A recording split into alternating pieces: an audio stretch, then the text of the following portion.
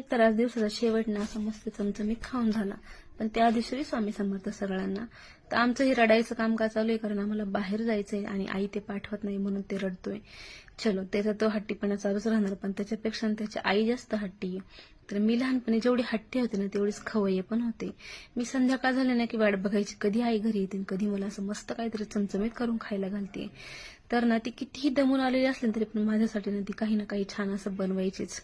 असो, आई ती आई असते शेवटी, आईची जागा कोणीच घेऊ शकत नाही. तिची किंमत ना ती गेल्यावरच समजते.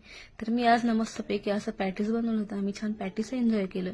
आणि त्यानंतर ना मी घरातली भांडी वगैरे आवरून घेतली. नंतर मी स्किन केअर करायला घेतलं.